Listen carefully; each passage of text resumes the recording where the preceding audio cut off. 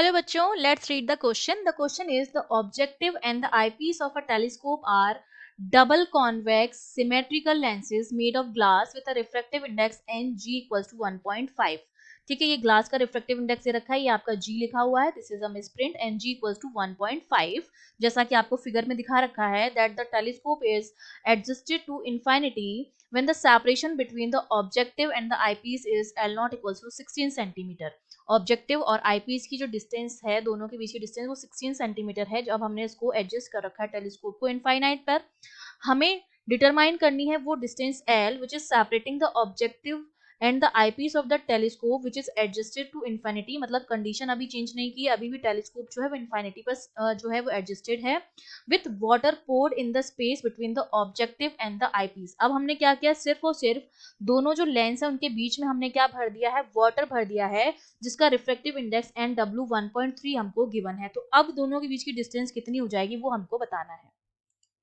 तो देखिए, इस क्वेश्चन को करने के लिए हमारा जो की कॉन्सेप्ट रहेगा, उस की कॉन्सेप्ट में आपको पता है कि टेलीस्कोप का यूज करते हैं हम जो दूर ऑब्जेक्ट होता है उसको देखने के लिए, और इसके लिए ऑब्जेक्टिव लेंस जो होता है उसकी जो फोकल लेंथ होती है वो बड़ी रखते हैं हम, उसका अपर्चर जो होता है बिग होता है. ठीक है, और जो हमारे पास जो आईपीस होता है जो कि हमारा इमेज बनाने का, क्योंकि ऑब्जेक्टिव लेंस क्या करेगा, सारी की सारी जो लाइट ऑब्जेक्ट से आ रही है उसको कैप्चर करने का काम करता है. तो वो जितना ज्यादा अपर्चर बड़ा होगा उतनी ही ज्यादा लाइट को कैप्चर करेगा, तो इमेज हमारी उतनी ही ज्यादा क्लियर और इंटेंस बनेगी. आईपीस का जो फोकल लेंथ होता है f2 जिसको हम मानते हैं, वो क्या होता है, स्मॉल होता है. मतलब उसका अपर्चर जो होता है छोटा होता है, लेकिन क्या होता है, दोनों के दोनों जो होते हैं वो सेम एक्सिस पर होते हैं. तो हमने मान लिया कि ये सपोज मेरे पास ऑब्जेक्टिव लेंस है. ठीक है, ये ऑब्जेक्टिव लेंस ले लिया, ये मैंने आई पीस ले लिया. ठीक है, दोनों की एक्सिस जो है वो आपकी सेम हो जाएगी, सेम एक्सिस पर है दोनों के दोनों. इनिशियली जब वाटर नहीं फिल है, नो वाटर की कंडीशन में, हमने मान लिया कि ऑब्जेक्टिव लेंस की जो फोकल लेंथ है वो f1 नॉट है, या सिर्फ f नॉट लिख लीजिए, और आई पीस जो है उसकी फोकल लेंथ जो है वो F1 F2 लिख लेते हैं. ठीक है, क्योंकि दोनों की फोकल लेंथ को F लिखेंगे हम F1 F2 के नाम से, और यहाँ पर नॉट नॉट लगा देते हैं. ठीक है, तो ये हमारे पास क्या हो जाएगा, ये F1 नॉट हो जाएगा, ये F2 नॉट हो जाएगा जब कोई वाटर फिल नहीं है इनके बीच में. जब दोनों के बीच की जो डिस्टेंस है, ये वाली डिस्टेंस, ये आपकी L नॉट है. ठीक है, तो L नॉट की जो इसकी फोकल लेंथ यहाँ हो जाएगी F1, ये यहाँ से लेकर यहाँ तक की डिस्टेंस ये F1 हो जाएगी, और यहाँ से लेकर यहाँ तक डिस्टेंस ये F2 हो जाएगी. इस पॉइंट को मैं F नाम दे देती हूँ. तो दोनों के बीच की डिस्टेंस L नॉट है, तो यहाँ पर L नॉट जो होगा वो मेरा सम हो जाएगा F1 not plus F2 not का. दिखाई दे रहा है, जो हमें गिवन भी है, जिसकी वैल्यू 16 सेंटीमीटर. पर अब जब मैंने अगर दोनों के बीच में वाटर भर दिया है, तो इनकी फोकल लेंथ जो हो जाएगी वो चेंज हो जाएगी. फोकल लेंथ चेंज होगी तो एल की वैल्यू भी चेंज हो जाएगी. तो अब देखो, मैंने अगर मान लिया कि जो इसकी थिकनेस है वो हमने कितनी मान ली, ये वाली जो थिकनेस है वो हमने मान ली R1 है, और इसकी जो थिकनेस है ये वाली वो हमारे हमने मान ली कितनी है, R2 है. ठीक है, तो अब यहाँ से ये लाइट आ रही होगी इस फोकस पर, ये वाली मैंने मान ली L1 है, और ये वाली जो डिस्टेंस है ये मैंने मान ली ये L2 है. ये फोकल लेंथ F1 F2 आपकी लिखी हुई है. ठीक है, पहले ये F1 नॉट F2 नॉट थी. अब ये वाली कंडीशन जो हो गई है वो F1 और F2 हो गई, तो ये वाली डिस्टेंस अब कितनी हो जाएगी, L हो जाएगी. पहले L नॉट थी तो L हो जाएगी. इस पॉइंट को मैंने नाम दे दिया A, इसको नाम दे दिया B. अगर इस पॉइंट को मैं ऊपर की तरफ एक्सटेंड करूं इस तरफ, तो ये मेरा हो जाएगा पॉइंट C, और ये मेरा पॉइंट हो जाएगा D. ठीक है, और ये वाली जो डिस्टेंस हो जाएगी, क्योंकि ये आपका सिमेट्रिकल है, डबल कॉन्वेक्स सिमेट्रिकल लेंसेज हैं, तो ये वाली डिस्टेंस जो आपकी हो जाएगी वो आपकी कितनी हो जाएगी, H. ठीक है, ये हमने हो गया.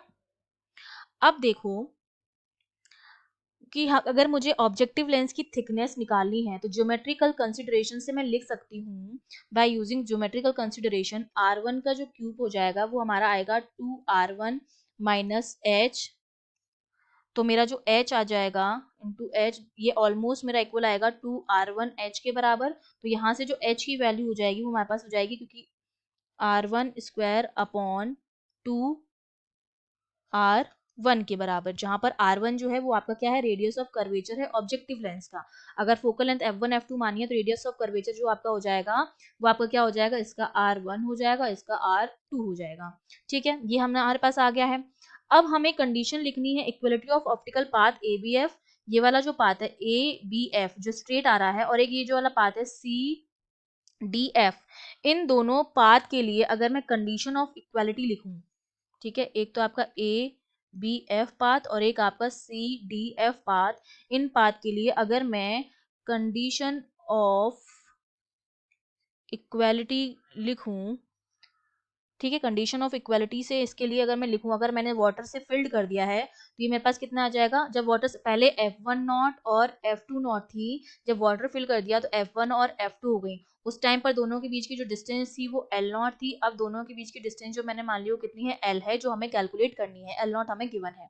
तो अब मेरे पास क्या होगा, अगर मैं इक्वलिटी की कंडीशन लगाऊं तो ये मेरे पास हो जाएगा F1 minus H into N W, जो कि आपका क्या है 1.3 वाटर का रिफ्रैक्टिव इंडेक्स, और ये ग्लास का रिफ्रैक्टिव इंडेक्स 1.5, ठीक है, ये मेरा प्लस 2H NG बराबर हो जाएगा NWL1 प्लस H के, ठीक है।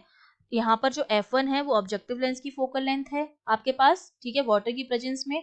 तो अगर मैं H और L1 की वैल्यू को सब्स्टिट्यूट करूं तो मेरे पास क्या होगा, देखो, अंडर रूट F1 का स्क्वायर प्लस R1 का स्क्वायर, वो मेरा किसके बराबर होगा, ऑलमोस्ट मेरा बराबर हो जाएगा F1 प्लस R1 का स्क्वायर अपॉन 2F1 के बराबर हो जाएगा। तो यहाँ से अगर मैं H की वैल्यू भी मैं निकाल चुकी हूँ, और अगर मैं H और L1 की वैल्यू को सब्स्टिट्यूट कर दूँ तो मुझे क्या मिलेगा, मुझे मिलेगा R1 square upon 2F1 into N W जो होगा वो मेरा किसके बराबर हो जाएगा, क्योंकि एन डब्ल्यू की वैल्यू हम पुट कर देंगे, तो ये वैल्यू जो हमारे पास मिलेगी वो किसके बराबर मिलेगी, इसको हम पीछे लिख देते हैं, इस वाली वैल्यू को, ये मेरे किसके बराबर आएगी, हम पीछे लिख देते हैं, ये मेरे बराबर आ जाएगी R1 square upon 2F1 N W which is equals to R1 square upon 2R1 लिख सकती हूँ मैं F1 की जगह, ठीक है। तो ये यहाँ पर हो जाएगा आपके पास NG minus 1 plus NG minus NW, ठीक है। तो यहाँ से अगर मैं F1 निकालूं तो F1 की वैल्यू कितनी हो जाएगी, R1 S को, ये सारी वैल्यू कैंसिल आउट हो जाएंगी, ऊपर आपके पास बचेगा R1 NW और नीचे आपके पास बचेगा NG minus 1 plus NG minus NW। ये मेरे पास F1 आ गया, ऑब्जेक्टिव लेंस की फोकल लेंथ, और इसी तरीके से हमारी आईपीस की फोकल लेंथ भी हो जाएगी, ठीक है, ये F1 आ गई है। अब जब टेलीस्कोप वाटर के अंदर नहीं था तो जो ऑब्जेक्टिव लेंस की फोकल लेंथ होगी वो कितनी आएगी, ठीक है, वो हमारी F1 नॉट लिख देते हैं उसको, उसमें केवल क्या होगा, जो W वाला वैल्यू होगा वो 0 हो जाएगा। अगर वाटर एब्सेंस है, absence of water, water absence है तो वाटर का रिफ्रैक्टिव इंडेक्स हटा देंगे हम, तो F1 नॉट की जो वैल्यू हो जाएगी वो हमारे पास कितनी आ जाएगी, R1, केवल N नॉट की वैल्यू जो हो जाएगी वो हो जाएगी खत्म, ठीक है, यहाँ से भी N नॉट खत्म हो जाएगा, तो ये हमारे पास बटेगा अपॉन 2NG माइनस 1 इसके बराबर आएगा। तो अब हमारे पास जो F1 की वैल्यू आ जाएगी वो हमारे पास कितनी हो जाएगी, अब हमारे पास F1 हो जाएगा F1 not into 2NG minus 1 NW divided by NG minus 1, और यहाँ पर हो जाएगा प्लस का NG माइनस NW। और सिमिलर जो कैलकुलेशन होगी वो उसकी फोकल लेंथ के लिए भी होगी, आईपीस की फोकल लेंथ के लिए भी होगी, जो कि F2 होगी। तो F2 जो मेरा आएगा वो सेम ऐसा ही आएगा, सिमिलर कंडीशन आईपीस के लिए भी लगेगी, तो यहाँ पर F2 नॉट हो जाएगा और बाकी चीजें सेम रहेंगी, 2NG minus 1 NW divided by NG minus 1 plus NG minus NW। ये हमारे पास हो गई ऑब्जेक्टिव लेंस के लिए, ये हमारे पास हो गई आईपीस के लिए, और दोनों को अगर मैं सम कर दूंगी तो मेरे पास क्या आ जाएगा, L आ जाएगा, क्योंकि बेसिकली L जो है मेरे पास वो क्या है, सम ऑफ F1 प्लस F2 है। तो F1 और F2 का जब सम करेंगे, देखो ये वाली जो वैल्यू है दोनों में ब्रैकेट वाली चीज तो कॉमन है, वो कॉमन आ जाएगी और F1 not plus F2 not हो जाएगा हमारे पास। तो L जो मेरे पास आ जाएगा वो हो जाएगा F1 not plus F2 not, और बाकी ये वाली चीज कॉमन आ जाएगी जो हो जाएगी 2NG minus 1 into NW divided by, ठीक है, NG minus 1 plus NG minus NW, ये हमारे पास आ गया है। तो अब देखो वैल्यू हम पुट कर दें, F1 not plus F2 not मेरा L नॉट के बराबर था, L नॉट की वैल्यू हमें गिवन है 16 इंटू 2 इंटू NG की वैल्यू हमें गिवन है जो कि 1.5 है, तो 1.5 इंटू NW 1.3 गिवन है हमें, डिवाइडेड बाय NG आपका है 1.5 minus 1 plus 1.5 minus 1.3 NG minus NW। ये सारी वैल्यूज रख के जब हम सॉल्व करेंगे तो L जो मुझे मिलता है वो आता है 30 सेंटीमीटर के बराबर। तो ये हमारी क्या आ गई है, वैल्यू आ गई है, डिस्टेंस आ गई है O और E के बीच की, ऑब्जेक्टिव लेंस और आईपीस के बीच में जब हम उनके बीच में क्या फिल कर देते हैं, वाटर फिल कर देते हैं। I hope you understood well, all the best.